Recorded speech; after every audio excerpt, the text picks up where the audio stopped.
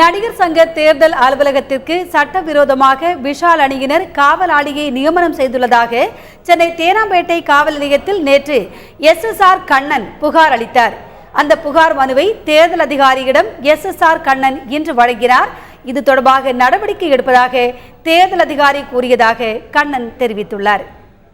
இதில் என்ன ரூல்ஸ்ன்னு கேட்டிங்கன்னா, நீதிபதி கிட்ட கேட்டு தான் நீங்கள் இங்கே செக்யூரிட்டி போடணும், போடாது கூட நீதிபதி அனுமதி கொடுத்தா தான் நீங்கள் போடணும்.